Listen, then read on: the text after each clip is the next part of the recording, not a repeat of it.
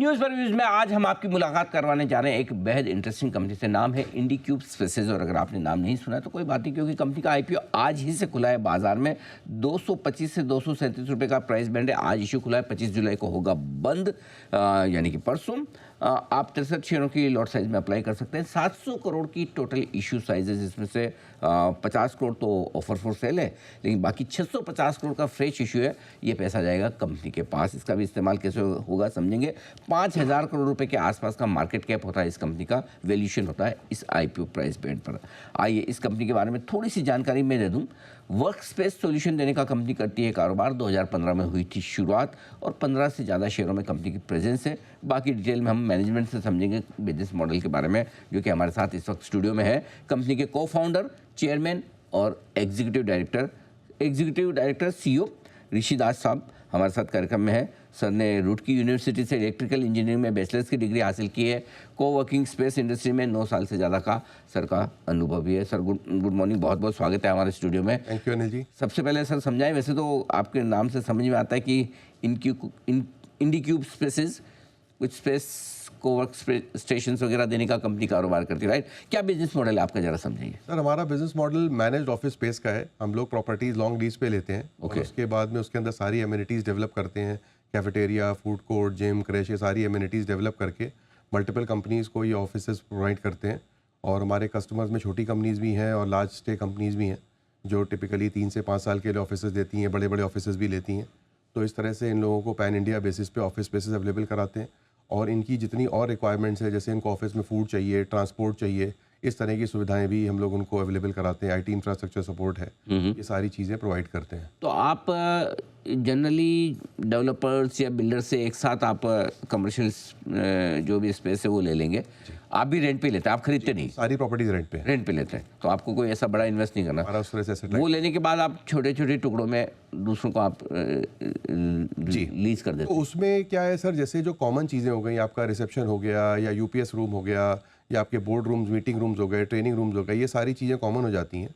और इसके बाद में कंपनीज़ को ऑफिसेज देते हैं। और क्योंकि हमारे कस्टमर ज़्यादातर बड़े स्पेसेस देते हैं, 300 से ज़्यादा सीट वाला एरिया करीब 63% है, तो वो सारी कंपनी अपने हिसाब से कस्टमाइजेशन कराती हैं, क्योंकि उनको अपने हिसाब से अपने तरह का लोगो चाहिए, कलर चाहिए, वो चीज़ें चाहिए। किसी को फ्रेशली ब्रूड कॉफ़ी चाहिए, किसी को नॉर्मल चाय के साथ समोसा चाहिए। वो सारे बेनिफिट्स का हम लोग ख्याल रखते हैं। तो हम लोग उसके हिसाब से पर्सनलाइज करते हैं स्पेसेस को, जैसा कि क्लाइंट की रिक्वायरमेंट होती है। आप ऑफिस में जो लोग आ रहे हैं उनको बारातियों वाली फीलिंग देते हैं? वही हो रहा है आजकल सर। कोविड के बाद ये हो गया है कि कंपनी चाहती हैं लोग वापस आए, एम्प्लॉयज़ नहीं चाहते वापस आए। तो कंपनी, और स्पेशली IT सेक्टर में और स्टार्टअप में तो और ज़्यादा ये समस्या है। तो कंपनीज आज पूछ रही हैं कि हम और क्या कर सकते हैं उनको ऑफिस वापस लाने के लिए। भगवान। तो मुझे कभी लगता है एक जनरेशन जल्दी पैदा हो गया, इस जनरेशन में आए होते तो नौकरी करने का मजा अलग ही होता है। आप सही कह रहे हैं। अच्छा, एक चीज़ और सर, ऋषि सर आपसे जानना चाहता हूँ। आप मैं तीसरी कंपनी जिससे मुलाकात कर रहा हूँ इसी स्पेस में, ऑफिस से मुलाकात की थी अभी। स्मार्ट वर्क्स का भी IPO आया था। आप तीनों ही IT बैकग्राउंड से IITians हैं, ये तो क्या कुछ खास वजह है कि सारे IITians इस बिजनेस में घुस रहे हैं, या ये बिजनेस IITians के पास क्यों? सर ऐसा नहीं है कि मुझे लगता है कि IIT फिनोमिना बहुत हमारे देश में ओवर हाइप्ड है। अच्छा, ऐसा? आप देखें तो ऐसी बहुत सारी अच्छी स्टार्टअप्स हैं जो लोगों ने करी है। आई थिंक इसमें हुआ ये है कि जो लोग IT इंडस्ट्री से ज़्यादा जुड़े रहे हैं उनको इसकी अच्छी समझ रही है, और उन्होंने वो बदलाव देखा है कि जो, देखिए हमारी जनरेशन अगर देखें तो हम लोग वहाँ गए जहाँ वर्क था, आज वर्क वहाँ जा रहा है जहाँ लोग हैं। ये एक बहुत बड़ा बदलाव है। इसीलिए आप देखिए जो Tier 2 सिटीज़ हैं, चाहे लखनऊ हो चाहे कोयम्बटूर हो, इन सारी जगहों पे जॉब्स जा रहे हैं। और जो हमारे कस्टमर ज़्यादातर, क्योंकि IT इंडस्ट्री स्टार्टअप से रिलेटेड है, तो वहाँ पे कस्टमर तो उनके ऑफिस पे कभी आता नहीं है। करेक्ट। तो उनका जो हीरो ऑफ द स्टोरी है वो एम्प्लॉई है, कि एम्प्लॉय की ज़िंदगी या एक्सपीरियंस कैसे और बेहतर किया जा सकता है, उस पर सारा फोकस है। जैसे आप ये सोचिए कि अगर आप अपने ऑफिस में ज़्यादा विमेन स्टाफ चाहते हैं और अगर आप ट्रांसपोर्ट ना प्रोवाइड करें, तो जो विमेन है वो 5 किलोमीटर रेडियस से ही आपके जॉब में आएंगी। लेकिन हम जैसे बैंगलोर में सिटी वाइड ट्रांसपोर्ट देते हैं, तो उससे क्या होता है कि 15 किलोमीटर रेडियस तक के लोग भी काम करने आते हैं।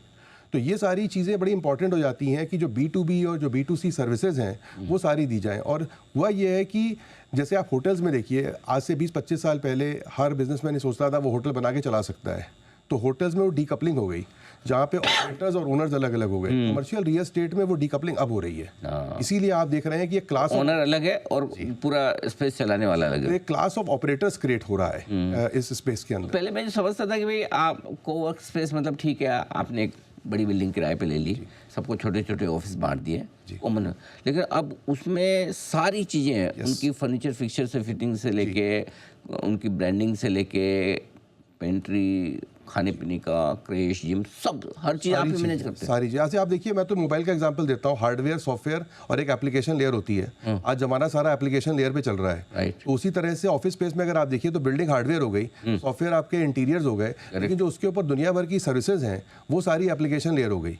तो वो सारी चीज़ें बहुत इंपॉर्टेंट होती जा रही हैं। और दूसरा क्या हो रहा है कि कस्टमर, जैसे मान लीजिए लखनऊ में आपका ऑफिस है, आज आपके 200 एम्प्लॉई हो, तो आप वहाँ पे 10 रुपया कप के हिसाब से चाय नहीं खरीदना चाहते। आप बोलते हैं पर एम्प्लॉय 500 रुपये दे दूंगा, लाख रुपए मैंने दे दिया, अब आप एज अ वेंडर देखो कि चाय कितनी पी जा रही है, क्या की जा रही है। अच्छा। तो आउटकम बेस्ड प्राइसिंग मॉडल्स आ रहे हैं। तो अगर मैं बॉम्बे में बैठा CFO हूँ और मेरे 100 ब्रांच ऑफिस हैं, तो मैं क्यों देखूं कि 6 बजे के बाद बिजली कहाँ कहाँ बंद हुई है।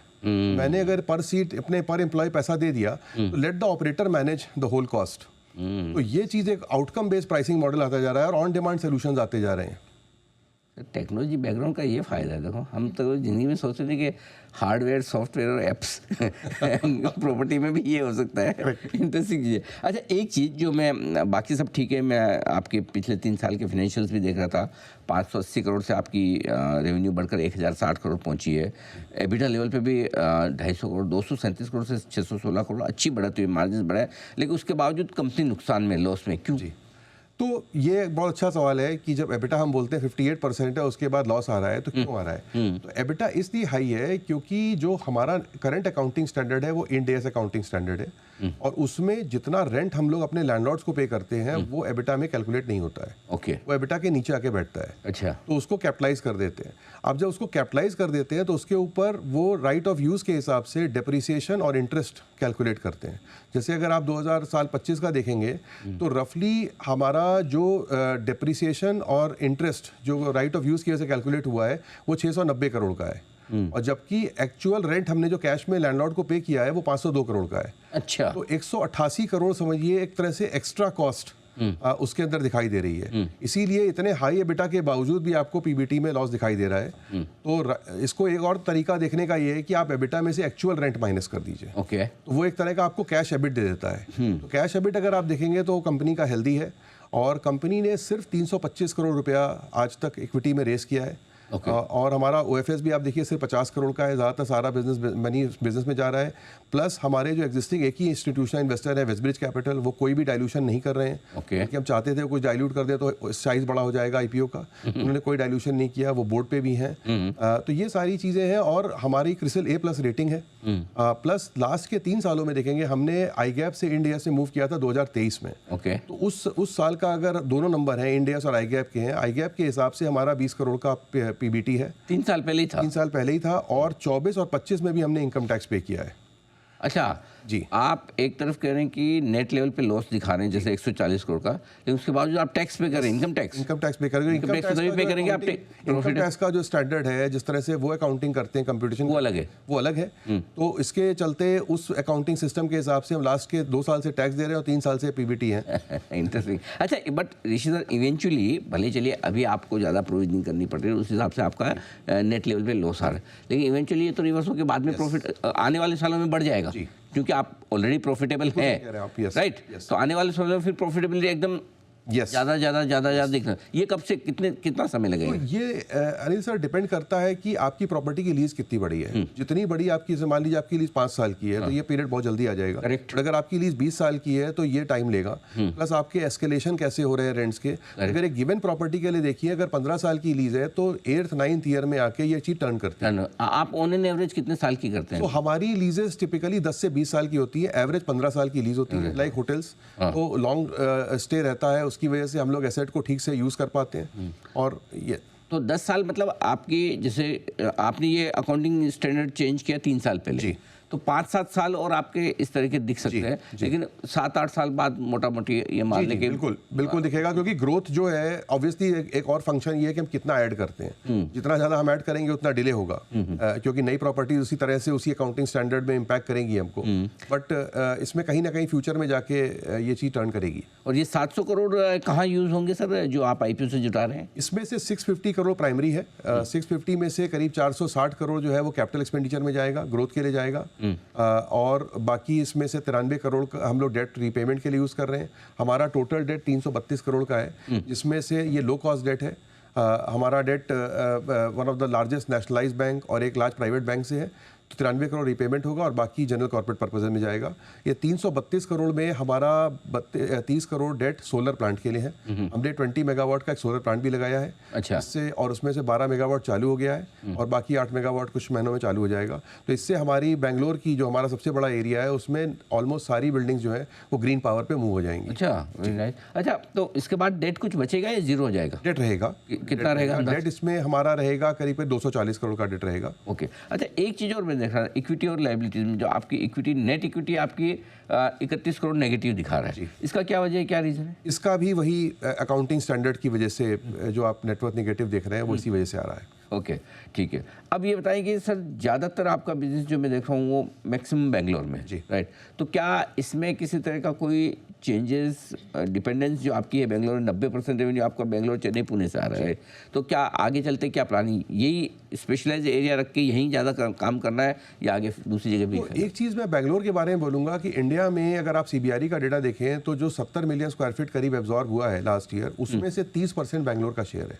करेक्ट। और बेंगलोर का शेयर लास्ट के 10-15 सालों में आप देखेंगे वो 30% के आसपास ही रहा है। तो बेंगलोर एशिया पैसिफिक में इंक्लूडिंग चाइनीज सिटीज़ सबसे ज़्यादा रियल एस्टेट एब्जॉर्ब करता है।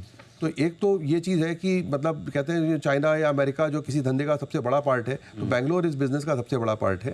बेंगलोर में total 28 million square feet managed office space है, इसमें से हमारा करीब 5.4 मिलियन है, तो हमारे पास 20% मार्केट शेयर है बेंगलोर में। तो इस बिजनेस में जैसे आपने ट्रेडिशनल रियल एस्टेट में देखा हो कि हर सिटी में 2-3 बड़े डेवलपर होते हैं, उसी तरह से मैनेज्ड ऑफिस में भी आप देखेंगे डोमिनेंस इमर्ज हो रही है। ओके। अच्छा, एक चीज़ और बताएं, कितनी और ऐसी कैपेसिटी जो आपकी पाइपलाइन में है, जी, जो आपने DRHP में बताया कि नई और कितनी सीट्स आप जोड़ रहे हैं, कब तक? तो हमारा अभी जो एरिया ऑपरेशनल है वो 6.3 मिलियन स्क्वायर फीट है। ओके। और जो एरिया हमने साइन किया हुआ है वो 8.4 मिलियन स्क्वायर फीट है। 6.3, ओके, 8.4। और ये जो 8.4 है इसके ऊपर सिक्योरिटी डिपॉजिट पार्ट पेमेंट्स हो चुके हैं, तो ये 2.1 मिलियन स्क्वायर फीट एरिया जो है वो 6 से 18 महीने में ऐड हो जाएगा। यानी कि लगभग आपकी अभी जो कैपेसिटी 1/3 और ऐड होगी। 1/3 एरिया हमारा और ऐड होगा okay, over next 6 to 18 months. और उस हिसाब से प्रोपोर्शनेटली थोड़ा कम ज़्यादा रेवेन्यू और प्रॉफिट और साथ में नई ग्रोथ भी होगी। परफेक्ट। ऋषि सर, बहुत बहुत धन्यवाद आपका, आपने समय दिया और विस्तार से अपनी कंपनी के बारे में, बिजनेस मॉडल के बारे में, IPO के बारे में आपने जानकारी दी। Thank you so much sir. Thank you. IPO आज ही खुला है, राइट? जी, बिल्कुल। और आपके IPO के लिए बहुत बहुत शुभकामनाएं हमारी तरफ से और उम्मीद करते हैं कि अच्छा रिस्पॉन्स आप। थैंक यू, आपका बहुत बहुत धन्यवाद। Thank you sir. Thank you.